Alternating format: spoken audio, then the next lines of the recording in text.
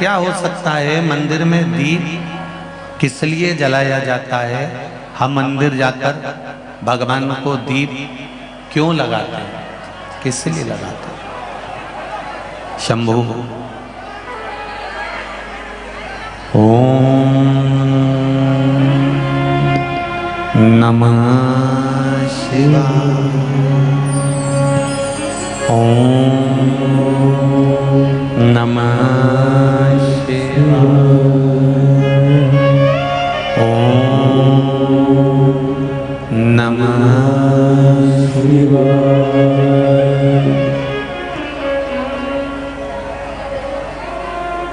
हम मंदिर में दीप क्यों जलाते हैं?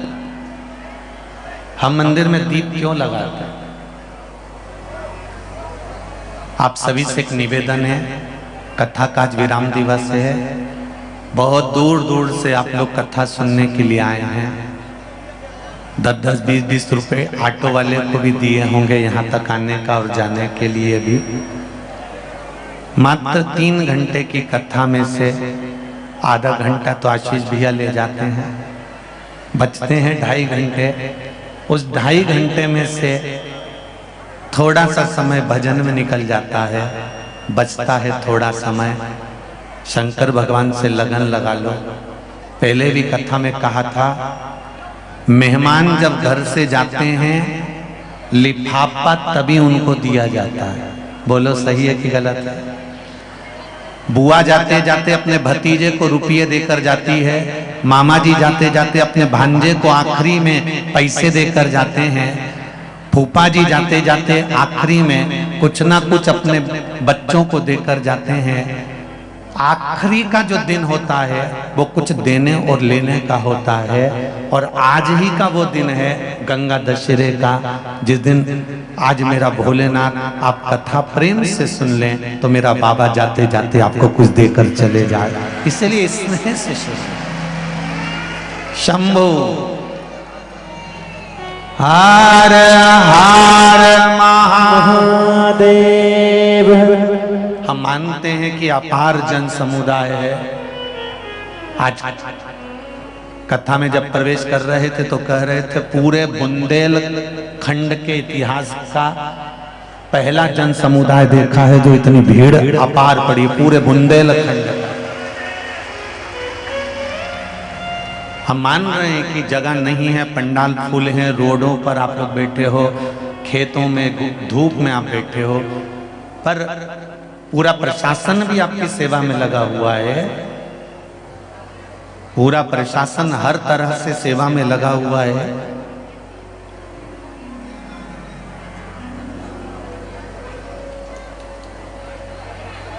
शिव भक्ति में, शंकर के स्मरण में आपका चित्तवृत्ति, आपका मन परमात्मा को दिया जाए। दिया क्यों लगाते हैं? हम मंदिर में दीप क्यों लगाते हैं?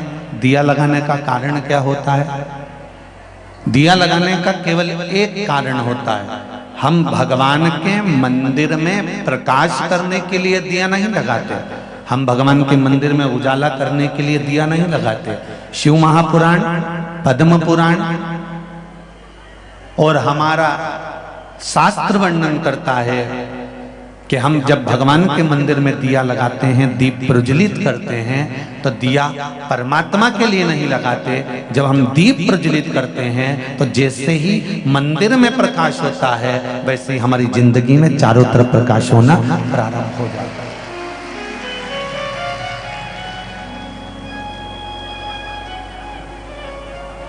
दीप का मतलब क्या होता है? सूर्य देवता की साक्षी। शिव पंचायत, शिव महापुराण की कथा आप लोगों ने सुनी थी। शिव पंचायत, शिव महापुराण की कथा यदि आप लोगों ने सुनी थी तो उसमें वर्णन करा था कि प्रत्येक पूजन में, अर्चना में, यज्ञ में, अनुष्ठान में, भगवान की भक्ति में सूर्य की साक्षी होना जरूरी होता है।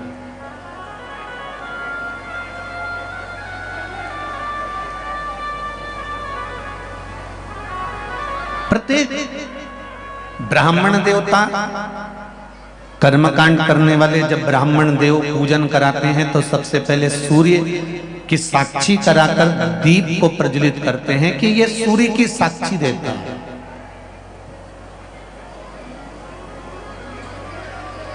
ये केवल सूर्य नहीं है, ये केवल दीप नहीं है, ये सूर्य की साक्षी देने वाला है।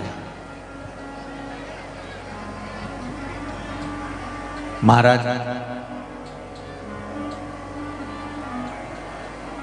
संकल्प करते समय हाथ में जल लिया जाता है, संकल्प करते समय हाथ में अक्षत चावल लिया जाता है, संकल्प करते समय हाथ में खुला पैसा लिया जाता है, संकल्प करते समय एक गोल सुपारी हाथ में ली जाती है, संकल्प करते समय हाथ में पुष्प लिया जाता है। इन सभी चीजों का प्रमाण क्या है?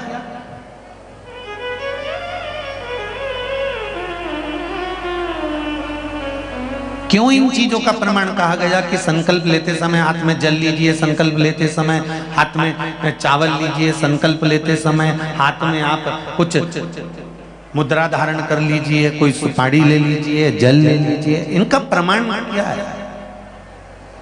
अगर किसी कर्मकांडी ब्राह्मण से पूछेंगे तो वो बताएगा इस जल में, अक्षत में, सुपारी में, मुद्रा में, पुष्प में हमारी एक पीढ़ी संकल्प देने के लिए नहीं आई है। जब ब्राह्मण संकल्प छुड़ाता है, गोत्र बुलवाता है, नाम का स्मरण ब्राह्मण देवता कराते हैं, तब हाथ में जो वस्तु रखी होती है वो वस्तु केवल एक कुल को तारने वाली नहीं होती, वो संकल्प देने वाली वस्तु 7 पीढ़ी को तार देती है, 7 कुल को तार देती है।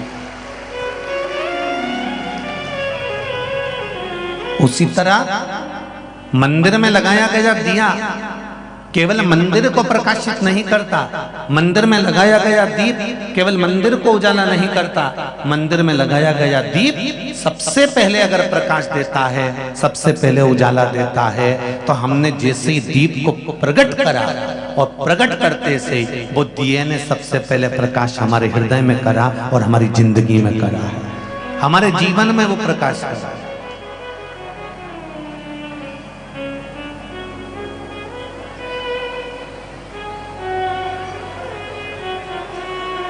महाराज जो बुजुर्ग होते हैं ना, बड़े होते हैं ना, वो हमेशा ज्ञान की बातें ही करते रहते हैं और आपको समझाते रहते हैं। हाँ, छोटों को थोड़ा सा क्रोध आ सकता है, बच्चों को थोड़ा सा गुस्सा आ जाएगा, क्या मम्मी तुम रोज रोज एक ही बात लेकर बैठ जाती हो, क्या पापा तुम रोज रोज एक ही बात लेकर बैठ जाती हो, ऐसा होता है। एक दिन एक पिताजी अपने बच्चे से रोज कहते थे, बनो तो श्रवण कुमार बनो, बनो तो राम बनो।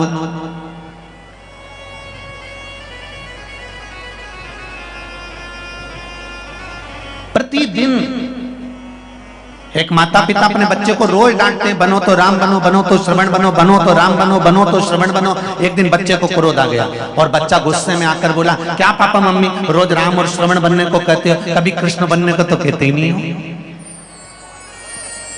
माता पिता ने कहा, हम तुम्हें कृष्ण बनने को कह देंगे पर तुम कृष्ण के गुण नहीं देख पाओगे।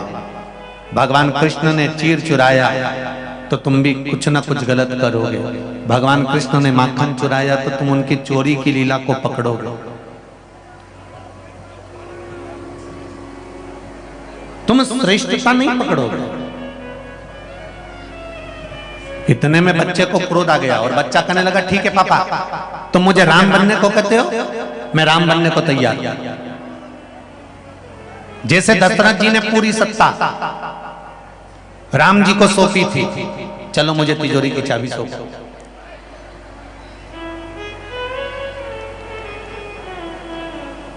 बड़ों का छोटों को जो उपदेश होता है वो ज्ञान प्रदान करने वाला होता है। छोटों को जो उपदेश दिया जाता है वो ज्ञान के लिए दिया जाता है। और बहुत समझने वाली बात है, बाजार में तुम्हारे सागर में आम की कीमत कितनी है?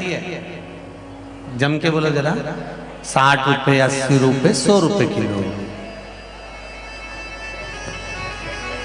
सेव फल की कीमत कितनी होगी? 60 रुपए, 80 रुपए, 100 रुपए।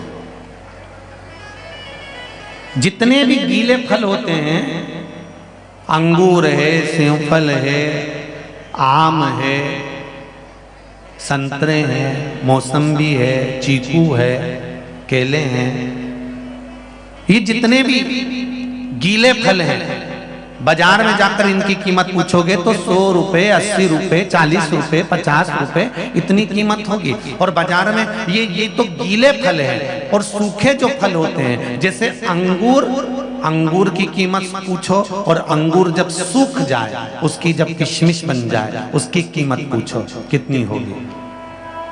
किशमिश की कीमत अंगूर की कीमत से ज्यादा होगी कि नहीं होगी? अरे जम के तो बोलो, होगी ना। गीले फल की कीमत कम होती है और सूखे ड्राई फ्रूट्स की कीमत, सूखे फल की कीमत ज्यादा होती है। उसी तरह एक साधारण सा युवान व्यक्ति और एक बुजुर्ग व्यक्ति, इन दोनों में सबसे ज्यादा जो कीमत वाला होता है वो बुजुर्ग होता है, क्योंकि उसकी सूख कर कीमत हो गई। संसार सागर में आकर उसने ना जाने कितने दुख झेले हैं। संसार सागर में आने के बाद उसने ना जाने कितने तकलीफों को झेला है, ना जाने कितने कष्ट को झेला है, ना जाने कितने दुखों को झेलकर उसने अपनी जिंदगी का यापन करा है। एक साधारण विषय नहीं, एक बुजुर्ग, जितने भी बूढ़े व्यक्ति नजर आते हैं दुनिया के नवयुवक बच्चों को, तो उनको देखकर हंसी आती है कि ये बुजुर्ग हैं, इनका हाथ कांपता है, इनके मुख कांपता है, इनके चलने में इनको तकलीफ आती है। पर देखा जाए तो बुजुर्ग की जो कीमत है, एक वृद्ध व्यक्ति की जो कीमत है, वो घर में रहने वाला जो बूढ़ा व्यक्ति है उसकी कीमत जब समझ में आती है, जब बुजुर्ग व्यक्ति उस घर से चला जाता है, उसकी कीमत तब समझ में आती है।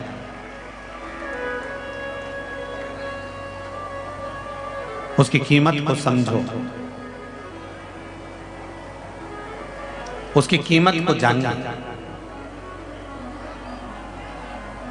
मेरे भोले तेरा सहारा है,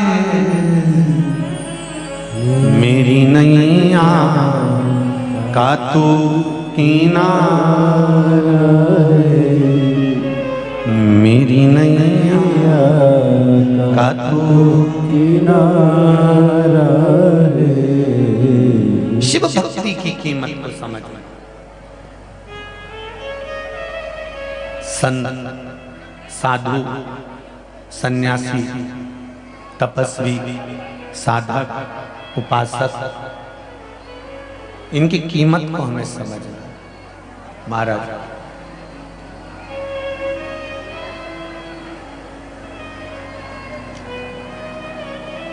इनकी कीमत को हम समझें।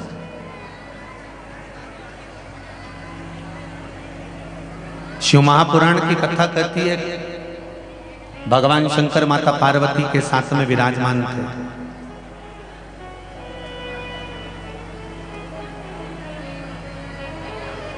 भगवान वो घड़दानी मां जगतजननी के साथ में विराजमान, और आज भगवान शंकर के नेत्र से एक अश्रु गिर गए।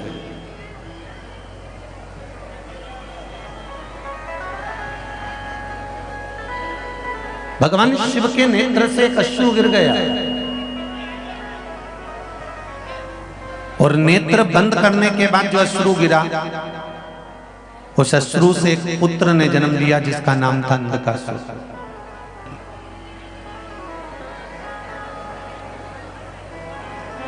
एक पुत्र ने जन्म लिया जिसका नाम नरकासुर। महाराज पार्वती जी ने उसको गोदी में ले लिया,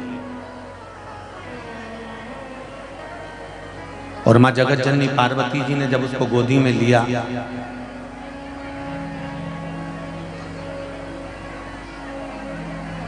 और गोदी में लेकर मां पार्वती उसको शिवजी के सम्मुख में लेकर आ गई। शंकर भगवान के सामने लेकर आकर माता पार्वती जी ने कहा, ये आपका पुत्र है।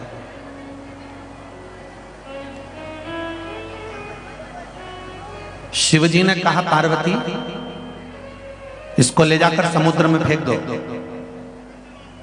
ये मेरे नेत्र बंद करने के बाद प्रकट हुआ है और नेत्र बंद करने के बाद प्रकट हुआ, इसलिए इसकी कोई कीमत नहीं। इसको उठाओ, समुद्र में डाल।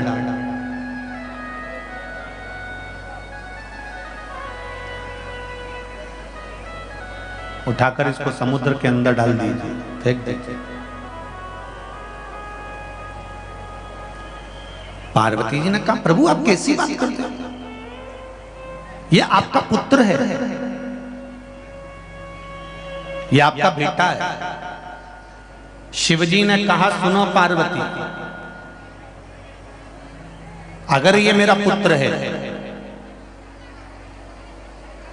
तो इसके भीतर के जो विकार होंगे, इसके भीतर में जो भाव होंगे वो मेरे जैसे होना चाहिए, समर्पण के भाव के होना चाहिए। इसको उठाओ और समुद्र में डाल दो। पार्वती मैया बेटे को समुद्र में नहीं डालना चाहती थी। शिव जी ने थोड़ा सा क्रोध करा, बोला, तब माता पार्वती ने उसको समुद्र में डाला। समुद्र में हिरण्याक्ष रहता था। हिरण्याक्ष ने उस बालक को पाल पोस कर बड़ा कर लिया और हिरण्याक्ष ने अपने पास उस बालक को रख लिया। हिरण्याक्ष मर गया, प्राण छूट गए, अंधकासुर की सत्ता स्थापित हो गई।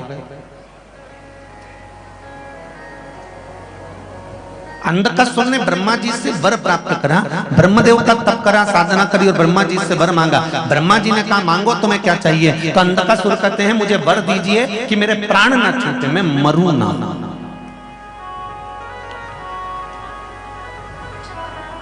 संसार सागर में जितने भी जन्म लेते हैं ना, ये पूरे इसी विचार में रहते हैं कि हम यहां पर परमानेंट रहने आए।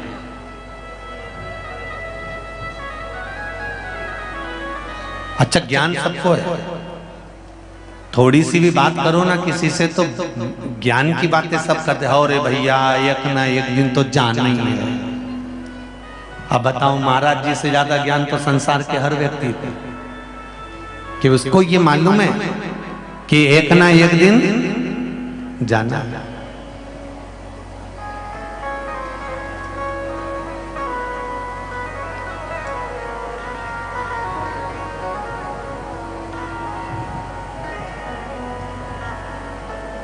एक दिन प्राण छूट जाना। महाराज, जितने रिश्तेदार हैं, जितने नातेदार हैं, जितने कुटुंबी हैं, जितने कबीले वाले हैं, ये वैसे आएंगे नहीं आएंगे पता नहीं, पर मरने पर जरूर एक बार आ जाएंगे, ये निश्चित है।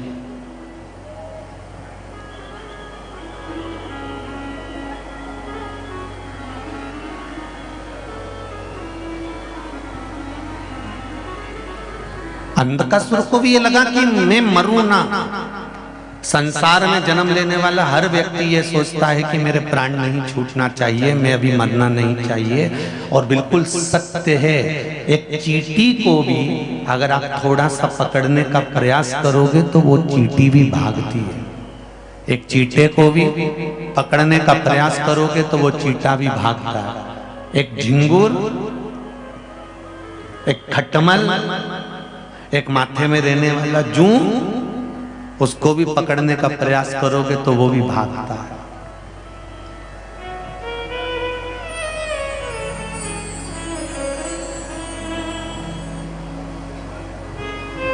मरना कोई नहीं चाहता।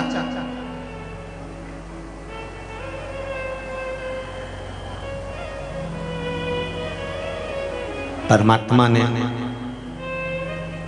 एक नियम बहुत अच्छा बना रखा है कि मुट्ठी बांध आया जग में, हाथ पसारे जाएगा। क्या तू लेकर आया जग में, क्या तू लेकर जाएगा। इस कहावत में कहा गया कि क्या तू लेकर आया, क्या तू लेकर जाएगा, मुट्ठी बांधे आया और हाथ पसारे जाएगा। और शिव महापुराण की कथा कहती है कि तुम जितने लोग शिव महापुराण की कथा सुन रहे हो, जितने आस्था चैनल पर सुन रहे हो, जितने फेसबुक यूट्यूब पर सुन रहे हो, जितने आज गंगा दशहरे के पावन अवसर पर शिव महापुराण की कथा इस पंडाल में सुन रहे हो, एक बात याद रखना कि मुट्ठी बांधे आए पर यह पक्का है कि तुम खाली हाथ नहीं जाओगे।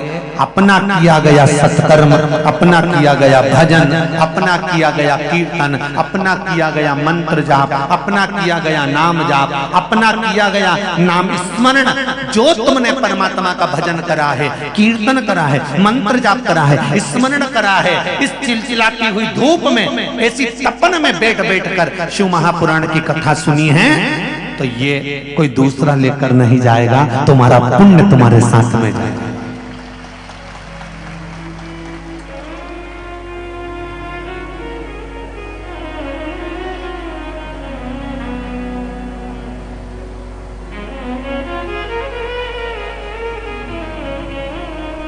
तुम्हारा पुण्य तुम्हारे साथ जाने वाला है, कोई तुम खाली हाथ नहीं जाने वाले हो।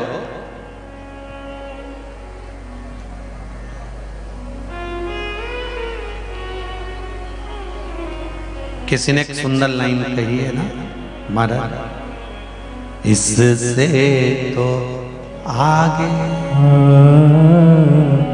इससे तो आगे भजन नहीं है साथी, हरि के भजन बिने अकेला रहेगा। अरे मन ये 2 दिन का मेला रहेगा, कायम जगेगा झमेला रहेगा, इससे तो आगे।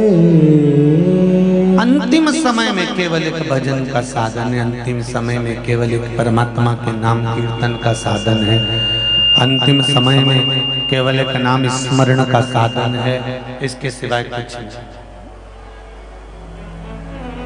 केवल नाम स्मरण। इसीलिए बारंबार कहा है महाराज, बार बार कह रहे हैं महाराज, भगवान शिव की भक्ति कि कर ले प्रभु से प्यार फिर पछताएगा, झूठा है संसार धोखा। भगवान शिव की कथा करती है, संसार सागर में आने के बाद केवल अगर परमात्मा का नाम नहीं लिया, स्मरण नहीं किया, कीर्तन नहीं किया, मंत्र जाप नहीं किया, तो धोखा ही। महाराज श्री शिवाय नमस्तुभ्यं, श्री शिवाय नमस्तुभ्यं, श्री शिवाय नमस्तुभ्यं, श्री शिवाय नमस्तुभ्यं, श्री शिवाय नमस्तुभ्यं। शिव का स्मरण, मंत्र जाप, कहा मृत्यु निश्चित है, आएगी, मरना पड़ेगा, इसको कोई टाल नहीं सकता।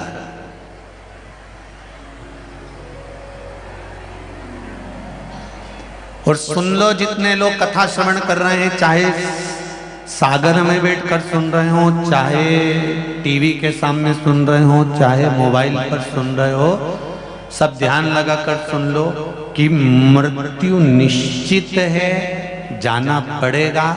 पर एक बात का स्मरण अपनी जिंदगी में रखो कि मरने की जो घड़ी होती है, प्राण छूटने का जो समय होता है, उस समय पर तुम सोचो कि भगवान का नाम निकल जाए, भजन निकल जाए, कीर्तन निकल जाए, तो ये नहीं हो सकता। क्योंकि परिवार से इतना मोह होता है, परिवार में इतनी आसक्ति होती है, परिवार में इतनी तृष्णा होती है कि भगवान का नाम निकल ही नहीं सकता, परमात्मा का नाम नहीं निकलेगा। इतनी आसक्ति, इतनी तृष्णा, इतना मोह होता है, इतना मोह होता है कि बड़ा कठिन है भगवान का नाम निकलना। अगर निकलता है तो केवल परिवार वालों का नाम निकलता है, इसके सिवाय नहीं।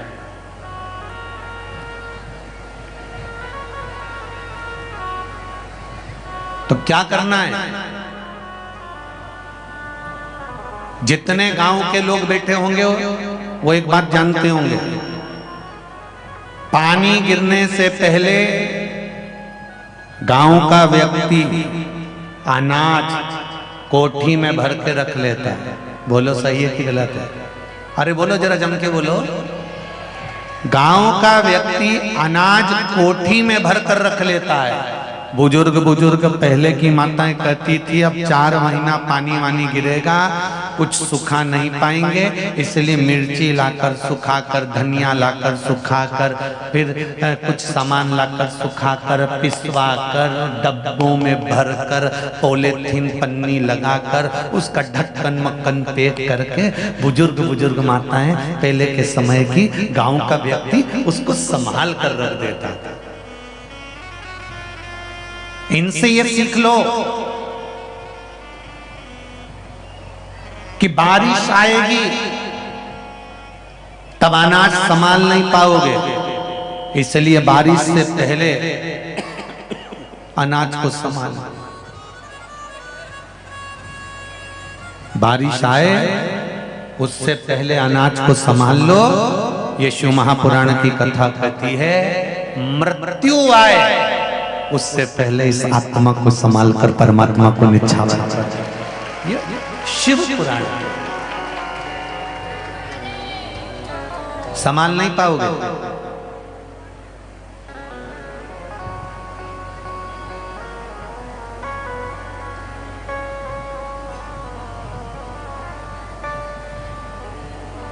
घर में शादी आती है तो तैयारी शादी वाले दिन करते हो कि पहले से करते हो? पहले से। क्यों? क्योंकि शादी वाले दिन तो लड़की की शादी है तो दूल्हा घोड़ी चढ़ के आएगा, और अगर लड़के की शादी है तो वो घोड़ी चढ़कर जाएगा। एक लड़की की शादी होगी तो घोड़ी चढ़कर आएगा, लड़के की शादी होगी तो घोड़ी चढ़कर जाएगा। उसी तरह अंतिम समय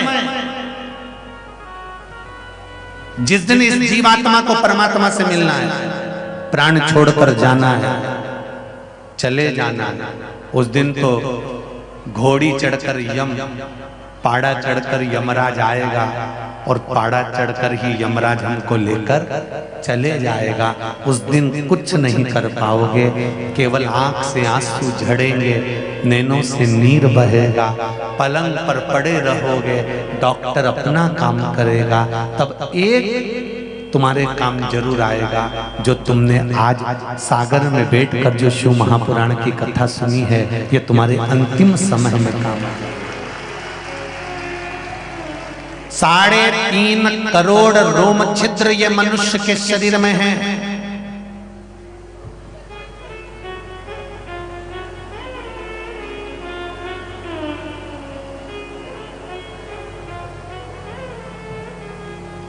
एक रोम छिद्र चाहता है कि आप भगवान का भजन करें। एक कथा पहले कही, आज फिर कह रहे हैं।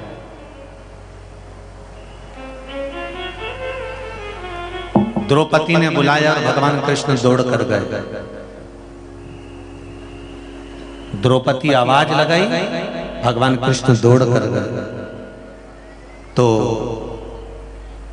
सत्यभामा जी ने कन्हैया जी से कह दिया। सत्यभामा जो थी ना थोड़ा बहुत तेज थी, और सत्यभामा जी ने भगवान कृष्ण से कहा, कन्हैया कहां जा रहे हो?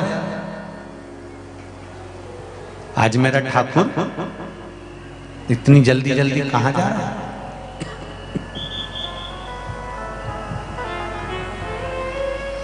भगवान कृष्ण कहते हैं, सत्यभामा,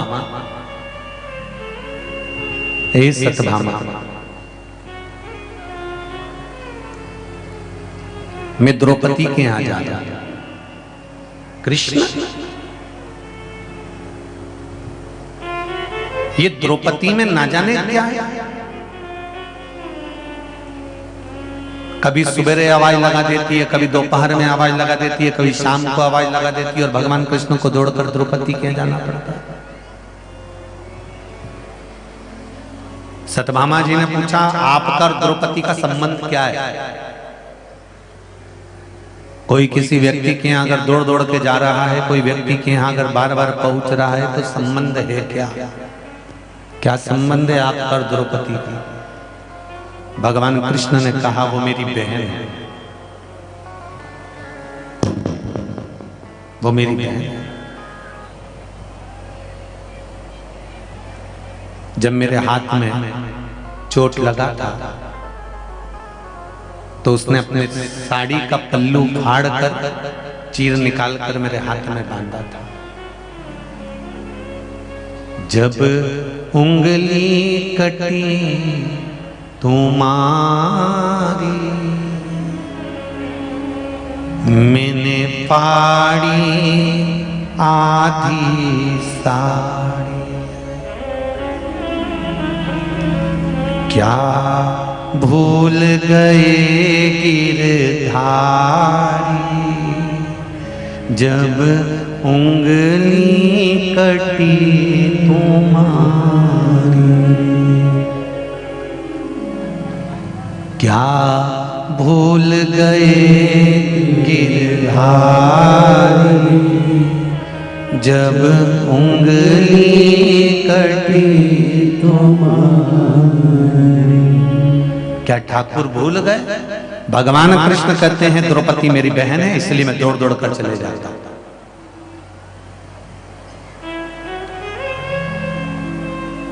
सत्यभामा ने बुद्धि लगाई। बहुत ध्यान देना इस संवाद पर। ओम शिव महापुराण कथा का ये छोटा सा संवाद अपनी जिंदगी में उतार कर रखना।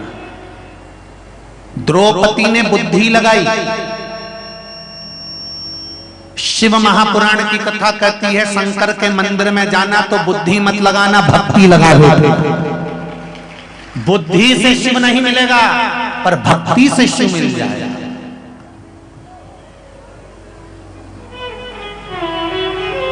सारी दुनिया में तुम बुद्धि लगा,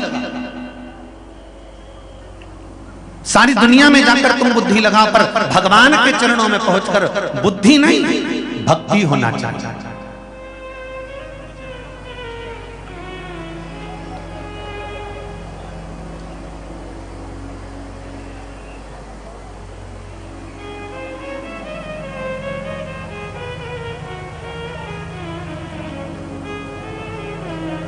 एक व्यक्ति ने प्रश्न किया था, गुरुजी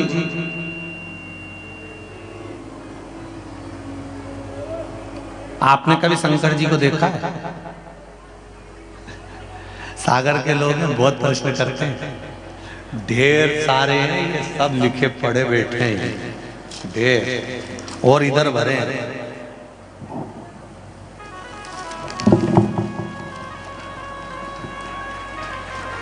सागर है,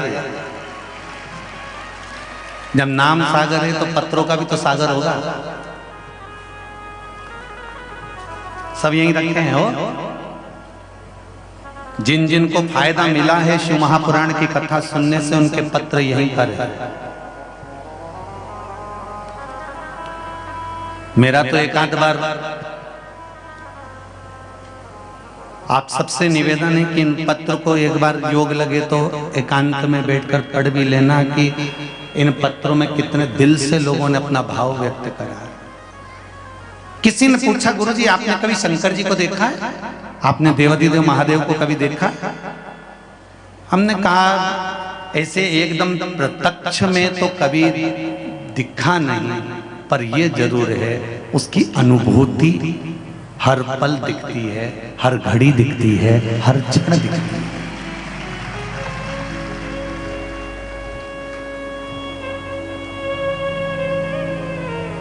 फिर आपने कैसे कह दिया कि भगवान को पुकारो तो भगवान आ जाता है?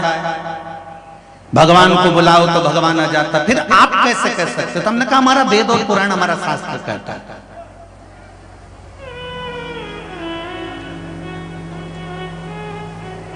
तो उन्होंने कहा कि वेद और पुराण शास्त्र कहता है, इसलिए आपने मान लिया कि भगवान आता है। हमने कहा बिल्कुल ऐसा होता है। हमने कहा मानने से नहीं होता। तो तुम्हारा जब जन्म हुआ था, तुम पैदा हुए थे, तो तुम पैदा हुए बच्चे को बताया गया था कि तुम्हारे बाप यही हैं, तो तुमने उसको बाप माना कि नहीं माना? तुमको बताया गया था कि तुम्हारे बाप ये हैं, तुम्हारे पिता ये हैं, तो तुमने उसको पिता माना। तुम्हें बताया गया जन्म के बाद तुम्हारी माँ ये है, तो तुमने उसको माँ माना। तुम्हारे जन्म के बाद बताया गया तुम्हारे दादाजी ये हैं, तो तुमने उसको दादा माना। तुम्हें बताया गया तुम्हारे जन्म के बाद तुम्हारी दादी ये हैं, तो दादी माना गया। तुम्हारे जन्म के बाद बताया गया तुम्हारी बहन ये है, तुमने बहन मान लिया। तुम्हारे जन्म के बाद बताया गया तुम्हारा भाई है, तो तुमने उसको भाई मान लिया। तो हमारे वेद और पुराण शास्त्र बताते हैं कि परमात्मा है और आता है, तो क्यों ना माने? हमारा वेद और पुराण, हमारा शास्त्र, हमारे ऋषिवर बताते हैं कि परमात्मा है, मिलेगा, आएगा, हर पल मिलता है, हर पल। जरा विचार करिए, एक छोटा सा अगर उसका मिलन नहीं होता तो आज ये पंडित प्रदीप मिश्रा तुम्हारे बीच में नहीं होता, नीलकंठ में कब का चला गया होता। हरिद्वार में जब कथा हुई, एक्सीडेंट हुआ, सारी गाड़ी उल्टा पुल्टा हो गई, खाई में जाकर गिरती, तो बचाने वाला कौन था? ये पत्र लिखा एक बहन ने, देखो पत्र कितना सुंदर है, उसको समझिए।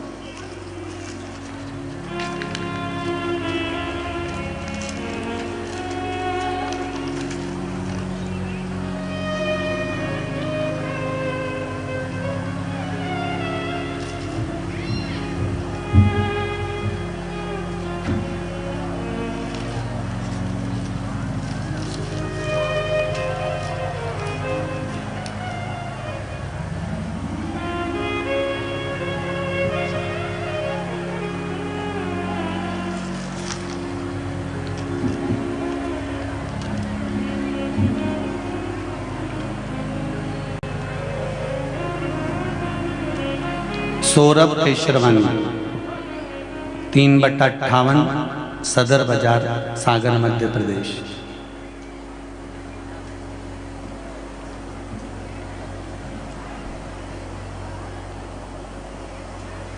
कहीं बैठे हैं? बैठे हो तो हाथ जरूर हिलाई लगा। लिखा है, गुरुजी इस महा शिव शक्ति के दूसरे दिन 3 साल की बच्ची की तबीयत अचानक से खराब हो गई। हम सब लोग उसको हॉस्पिटल लेकर गए। डॉक्टरों की टीम ने जब बच्ची को चेक किया तब पता चला कि बच्ची को फिट की बीमारी हो गई, बोलने में भी दिक्कत होने लगी। फिर हमने महामृत्युंजय जाप करवाया, श्री शिवाय नमस्तुभ्यम का जाप करना प्रारंभ किया गया। और दूसरी बार जल पिलाने के बाद उसकी फिर जांच कराने के लिए हम डॉक्टर के पास लेकर गए। तब उसका जब सीटी स्कैन हुआ तब रिपोर्ट नॉर्मल आई, बच्ची को कुछ भी नहीं था। ये पत्र है, एक पत्र और देखिए, बड़ा सुंदर पत्र, सभी बहुत सुंदर आए हैं।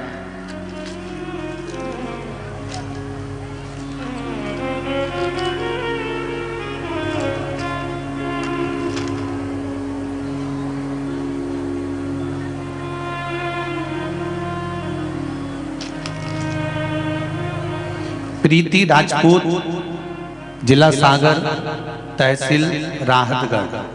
कहीं बैठी हो तो हाथ जरूर हिलाइएगा।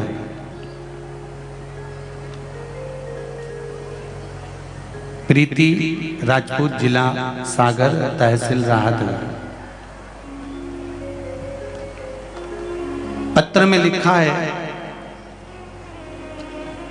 गुरुदेव मेरे पति को पैर में एक गठान हो गई थी, उसी गठान के ऊपर एक और गठान हो गई थी। डॉक्टर ने ऑपरेशन का बोल दिया था, तभी दीदी शिव महापुराण के बारे में बताया। रायसेन जिले से आपकी कथा सुनी। मेरे पति ने 9 अप्रैल को 1 लोटा जल शिव जी को चढ़ाना प्रारंभ करा और 1 बेलपत्री खाना प्रारंभ करी। रात को मेरे पति के पांव की जो गठान थी वो फूट गई और फिर डॉक्टर को जांच कराया तो अब पांव पूर्ण तरह से आराम लग गया है। अब कोई गठान उसके शरीर में नहीं है। ये शिव भक्ति है, ये शंकर का स्मरण है, ये शंकर का अनुमोदन है। तेरी कृपा बिना न हिले एक भी, लेते हैं श्वास तेरी कृपा से तनो तनो। हे गंगाधार मुक्ति द्वार ओमकार तू, भोले ओमकार तू। आयो शरण तिहारी शंभो तार ताज तू। एक बार भगवान की भक्ति को धारण कर लेना, 1 लोटा जल भगवान शंकर को समर्पित कर देना, 1 बेलपत्री शिव को समर्पित कर देना। मैं तो किसान भाइयों से भी निवेदन करूंगा, आपको लगता है कि आपकी फसल आपके खेत में आती है, बहुत सुंदर दिखती है, पूरा हरा खेत दिखता है, पूरी लहराती हुई फसल दिखती है, पर फसल उतनी नहीं निकलती या पैसा उतना नहीं आता और कर्जा बढ़ता चले जाता है। तो उनसे भी निवेदन करूंगा, सारी समस्या का हल 1 लोटा जल। जिस दिन तुम खेत में बीज बोने के लिए जाओ, प्रत्येक किसान भाइयों से कहूंगा, जिस दिन खेत में बीज बोने के लिए जाओ, शंकर भगवान से कहकर जाना, ये जमीन तुम्हारी है, एक एक कंकर में शंकर तुम ही समाये हो। 1 लोटा जल शिव जी को चढ़ाओ, उसी जल को वापिस झेल कर जहां बीज बोने जा रहे हो, शुरुआत की जगह पर उस जल को छींट कर और बीज बोना प्रारंभ करो। फिर बाबा संभाल, उसको देखना है।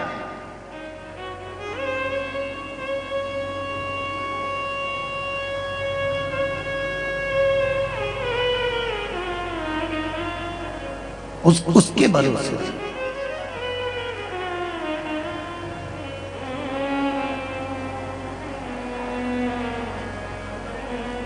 अटूट विश्वास परमात्मा पर रखो। जाना सबको है, बस थोड़ा भजन का बल बढ़ाकर रखो। जब भजन का बल बड़ा होता है तब परमात्मा के मिलन में देरी नहीं होती, वो मिल जाता है, उसके मिलने में देरी नहीं होती। भजन के बल को बढ़ा।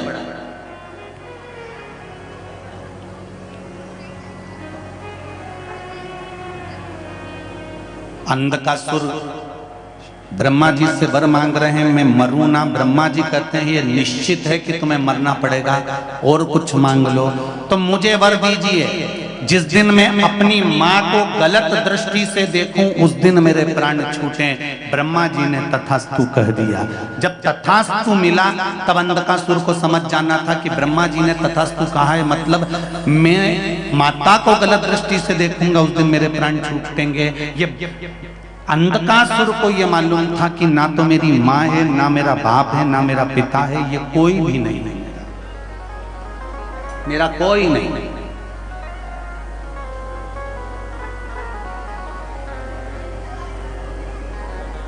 मृत्यु निश्चित है, तथास्तु कह दिया।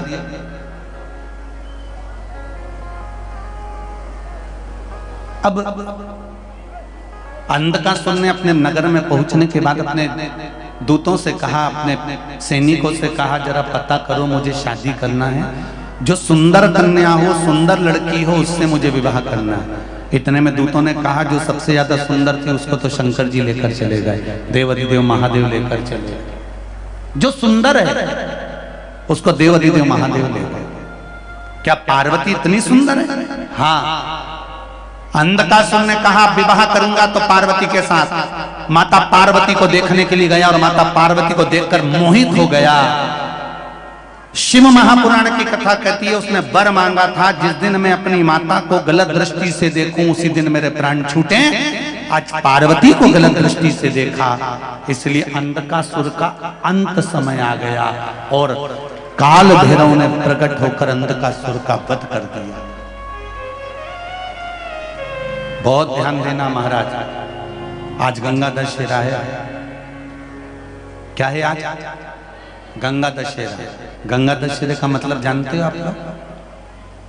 केवल गंगा जी का नाम ले लेने से, एक लोटा जल शंकर भगवान को आज समर्पित कर देने से, या गंगा जल का एक जरा सा छींटा शरीर पर पड़ जाने से 10 पापों से मुक्ति मिल जाती है। दशहरा का मतलब है 10 पाप से मुक्त हो। पहला पाप है किसी के घर का बिना पूछे कोई सामान उठाकर हमने भोग कर लिया हो तो उस पाप से मुक्ति।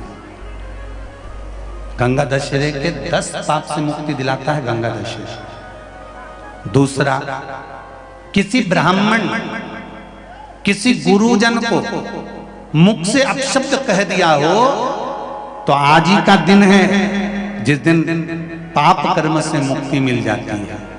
तीसरा, किसी स्त्री को, किसी नारी को, किसी कन्या के प्रति, स्त्री के प्रति, नारी के प्रति अगर गलत सोच लिया हो या गलत कर्म हमने कर दिया हो तो उस पाप से मुक्ति गंगा दशहरे का दिन दिला देता है।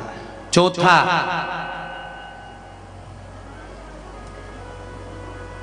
रजो धर्म धारण करने वाली नारी, रजस्वला स्त्री के हाथ का बना हुआ अगर हमने भोजन ग्रहण कर लिया है तो आज गंगा दशहरे का दिन ही ऐसा रहता है जिस दिन उस पाप से हमें मुक्ति मिलती है। पांचवा, किसी के यहाँ सूतक, सूतक जानते हो सभी लोग, या सावड़। सूतक का मतलब होता है किसी के यहाँ कोई मर गया और उसके यहाँ का तुमने भोजन या पानी ग्रहण कर लिया। सावड़ का मतलब होता है किसी के यहाँ बच्चा हुआ, तुम्हें मालूम नहीं था, उसके घर का 8 दिन का 10 दिन का तुमने भोजन या पानी ग्रहण कर लिया। सूतक या सावड़ का भोजन या अन्न पानी ग्रहण कर ले तो 5वें नंबर का गंगा दशहरे का वर्णन करता है कि 5वां पाप, इस पाप से भी लोगों को मुक्ति मिल जाती है। 6ठे नंबर का वर्णन आया, किसी मंदिर की जगह पर या धर्म की जगह पर अपना कब्जा कर लिया हो या धर्म की जगह को अपना बना लिया हो तो उस पाप से मुक्त होने का एक साधन 6ठे नंबर का। 7वें नंबर का, झाड़ू लगाते समय, बुआरी लगाते समय छोटे छोटे जीव झाड़ू के नीचे मर जाते हैं तो उसके पाप से मुक्ति गंगा दशहरे का दिन दिला देता है। 8वें नंबर का, 8वें नंबर, जिस समय हम भोजन ग्रहण कर रहे हों और हमारे दरवाजे पर कोई व्यक्ति आकर बैठा हुआ है और हमने उसको भोजन का नहीं पूछा या उसका मुख झूठा ना कराया तो उस दोष से वंचित हो जाए, उस दोष को समाप्त कर दे, वो गंगा दशहरे का दिन। 9वें नंबर का, बेटी की शादी करी और बेटी की शादी करने पर बहुत सारा कन्यादान आया। उस कन्यादान में साड़ियां ज्यादा आ गई, सामान ज्यादा आ गया, मिक्सर 2 सेट आ गए, डिनर के 2 सेट आ गए और मायके वालों ने 1 सेट अपने घर में रख लिया और उस मिक्सर में खूब सामान पीस के खाया, खूब निपटाया। बेटी के कन्यादान का सामान घर में रखकर उसका भोग करने पर जो पाप लगता है 9वें नंबर का कहता है गंगा दशहरे का दिन उस पाप को धो देता है।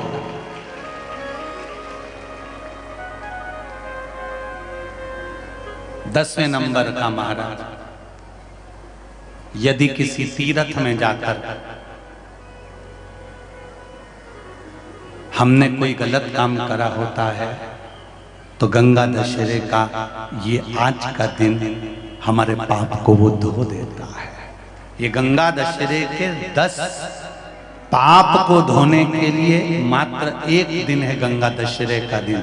आज के दिन जो शिव जी को जल चढ़ाता है, शंकर भगवान कहते हैं भले उसने उसमें गंगा जल डाला नहीं डाला, पर मेरे ऊपर जब जल चढ़ाता है शिव जी कह देते हैं आज के चढ़े हुए जल को मैं गंगा जल बना देता हूं।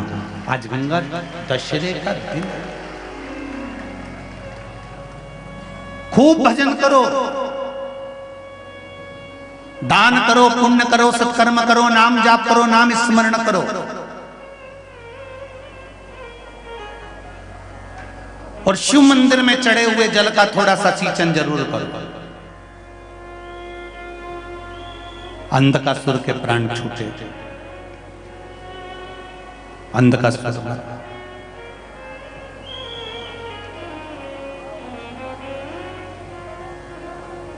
महाराज समय आया, मंथन हुआ। मंथन में सबसे पहले निकली तो गौ माता निकली। समुद्र मंथन में सबसे पहले जो प्राप्त हो रही है वो गौ माता प्राप्त हो रही है। इससे पहले ना विष निकला ना अमृत निकला, सबसे पहले गौ माता निकली, क्योंकि राष्ट्र की रक्षा के लिए, धर्म की रक्षा के लिए, भारत भूमि की सभ्यता और संस्कृति की रक्षा के लिए, सनातन धर्म की रक्षा के लिए गौ माता का प्रकट होना बहुत जरूरी था कि गाय है तो पृथ्वी भी बनी ही रहे। गौ माता का प्रकट होना जरूरी।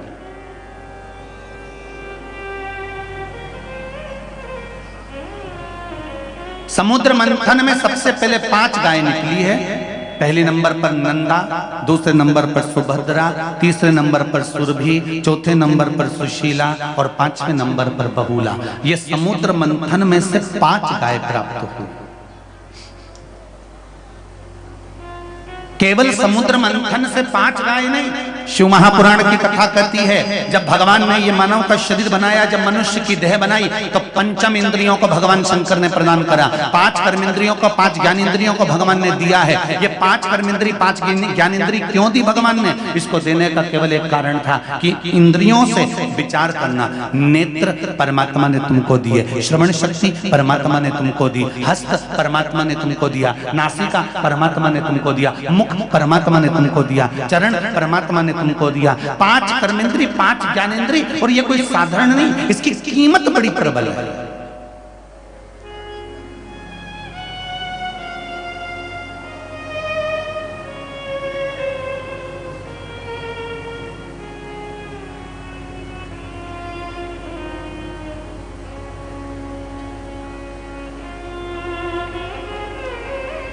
इसकी कीमत को हमें जानना है।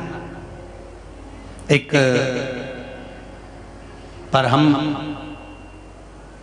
सोचते हैं कि केवल हम ही विद्वान हैं या हम ही चतुर हैं, दूसरे को हम चतुर नहीं समझते, तो ये हमारी मूर्खता है। एक सेठ जी अपने नौकर को लेकर जमींदार जी घूमने के लिए निकले, गांव में गए तो गांव के लोगों ने सोचा बहुत दिनों के बाद सेठ जी आए हैं, जमींदार जी आए हैं, क्यों ना इनका सम्मान करा जाए। गांव के लोग एक टोकनी में आम लिया और एक बोतल में गन्ने का रस लिया, ईख का रस, गन्ने का रस लिया।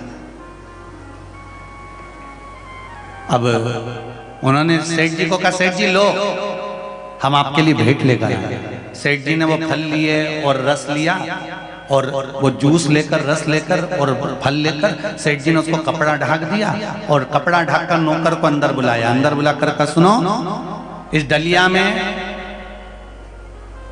एक चिड़िया है और इस बोतल में जहर है, मेरे घर पहुंचा देना, मैं आ रहा हूं, इधर उधर मत कर देना और डलिया का कपड़ा मत उठाना, नहीं तो चिड़िया उड़ जाएगी।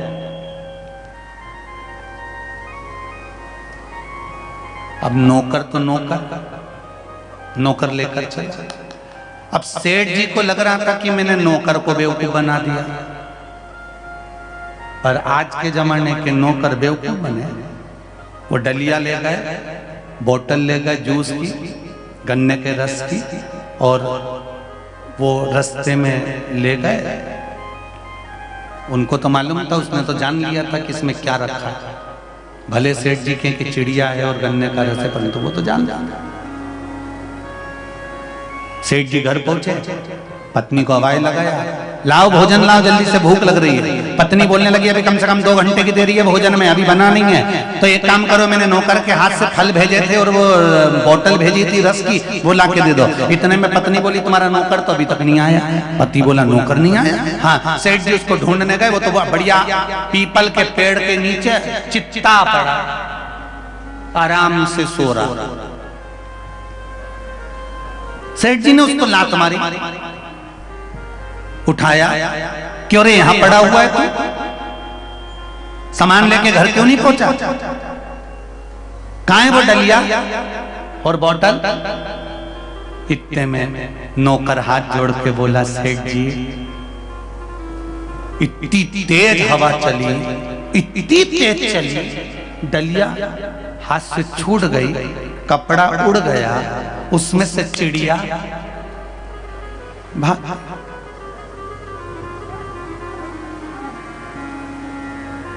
फिर मुझे डर लगा, आपकी दी हुई चिड़िया भाग गई तो आप मुझे बहुत मारेंगे। तो मैंने सोचा एक काम करूं, बोतल में जहर है, पी लेता हूं और मर जाता हूं। मैंने पूरी बोतल का जहर पी लिया।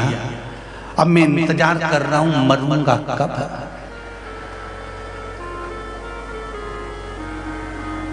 अब मैं इंतजार कर रहा हूं, मरूंगा कब। सेठ जी ने 2 धक्के दिए। पहले तो बताओ उसमें चिड़िया कहां से आई? तो कि तुम ही बोले थे कि उसमें चिड़िया है और बोतल में जहर है। ये दुनिया का भ्रम है। आपको लगता है कि आप जितने अच्छे से भगवान का भजन करते हो उसके बराबर कोई नहीं कर सकता। आपको ये लगता है कि शंकर जी की आराधना आप करते हो, दूसरा कोई नहीं कर सकता। आपको लगता है कि भगवान की भक्ति आप करते हो, दूसरा नहीं कर सकता। जितना बल आप परमात्मा के भजन में लगाते हो, हमेशा अपनी भक्ति का अभिमान नहीं आना चाहिए। ये सोचा करो कि हो सकता है मुझसे भी कोई प्रबल होगा जो भगवान का भजन करता होगा, स्मरण करता होगा, भगवान उनकी सुनता होगा। कितना सुंदर संवाद है। एक वो भगवान कृष्ण का पेट दुखा, देवऋषि नारद आए, रुक्मणी जी से पूछा क्या हुआ? भगवान का पेट दर्द कर रहा है, तो कुछ देती क्यों नहीं हो भगवान को दवाई औषधि? रुक्मणी जी कह रही, मैंने पूछा कि तुम्हारा पेट दुख रहा है तो तुमको क्या दें? तो क्या बोले भगवान? भगवान कह रहे हैं जो मुझे ज्यादा चाहता हो उसके चरण की रज लाना। तो भगवान देवऋषि नारद ने कहा, रुक्मणी मैया तुम बैठो सिंहासन पर, मैं अभी रज दे देता हूं। रुक्मणी जी को सिंहासन पर बिठाकर देवऋषि नारद पांव में से रज निकालने लगे तो रुक्मणी जी ने मना कर दिया, मेरे चरण की रज मत देना, मेरा पति है। सतभामा जी से कहा तुम दे दो, जामवंती से कहा तुम दे दो, लक्ष्मणा मित्रवृंदा सबसे कहा कि भगवान को चरण की रज दे दो, किसी ने नहीं दिया। तब देवऋषि नारद वहां से उदास होकर वृंदावन चले गए। बीच में राधा जी मिल गई। राधा जी ने पूछा, नारद क्या हुआ? नारद जी कहते हैं भगवान का पेट दुख रहा है। पेट दुख रहा है? हाँ। तो उनको कुछ देते क्यों नहीं हो? भगवान को चरण की रज चाहिए। जो भगवान को ज्यादा प्रेम करता हो, जो भगवान को ज्यादा चाहता हो, उसकी चरण की रज चाहिए। तो राधा जी बोली, एक काम करो, मेरे चरण की रज ले जाओ। जैसे ही नारद जी ने चरण की रज झड़ाने को चालू करा, राधा जी ने कहा, रुको नारद, मेरे चरण की रज तो ले ही जाओ, साथ में मेरे ब्रज मंडल में जितनी गोपियां हैं उनके चरण की रज भी ले जाओ। नारद जी ने पूछा, उनके चरण की रज क्यों? सारे ब्रज की गोपियों के चरण की रज क्यों? तो राधा जी का शब्द याद रखना मेरे शंकर के भक्तों। शिव के जितने भक्त हैं वो राधा जी का एक संवाद याद रखना। राधा जी कहती हैं कृष्ण के लिए तुम गोपियों के चरण की रज भी ले जाओ नारद, हो सकता है मुझसे ज्यादा इस ब्रजमंडल की गोपियां कृष्ण को और ज्यादा चाहती हो, मुझसे ज्यादा प्रेम करती हो, इसलिए आप इनके चरण की रज ले जाओ। और नारद जी ने सारी गोपियों के चरण की रज ली। इतनी सी रज थी वो इतनी हो गई। नारद जी ने सिर पे रखकर डोलते डोलते नारद जी अपना शीश हिलाते हिलाते हिलाते हिलाते पहुंच गए। भगवान को रज दी। भगवान ने पूछा नारद इतनी सारी रज क्यों लेकर आया है? नारद जी बोले महाराज जी दवाई का पूरा पत्ता लेकर आ गया, पूरा पत्ता दवाई का लेकर आ गया हूं मैं। जब जब पेट दुखा करे तब तब निकाल के खा लिया।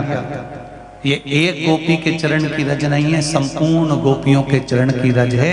शिव महापुराण की कथा कहती है शंकर जी के मंदिर में एक लोटा जल चढ़ाने जाओ या बेलपत्री चढ़ाने जाओ या चावल का दाना चढ़ाने जाओ या एक मूंग का दाना भी आप शंकर भगवान को चढ़ाने के लिए जा रहे हो, एक पुष्प की मात्र एक पत्ती भी अगर आप भगवान शंकर को चढ़ाने के लिए जा रहे हो तो तुम्हारे भीतर ये अभिमान नहीं आना चाहिए कि मैं भगवान को ज्यादा समर्पित करती हूँ, मैं भगवान को ज्यादा पूजती हूँ। नहीं, तुम्हारे भक्ति को तुम ये सोचना कि मेरे से भी ज्यादा करने वाले पड़े हुए हैं, पर मेरे भोलेनाथ मेरी सुनेंगे जरूर, ये विश्वास के साथ में समर्पित कर,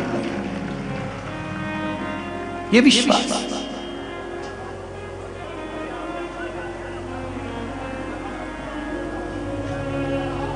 जब भी जन्म मिलेगा सेवा करेंगे,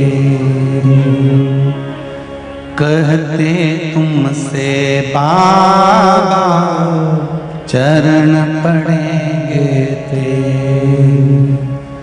देना साथ हमारा बाबा बन कर के तुम साथी, बाबा भोलानाथ है हमारा तुम्हारा, तुम्हारा हमारा। बाबा भोलानाथ है हमारा तुम्हारा, तुम्हारा हमारा। प्यारा शंभुनाथ है हमारा तुम्हारा, तुम्हारा हमारा। बाबा शंभुनाथ है हमारा तुम्हारा, तुम्हारा हमारा।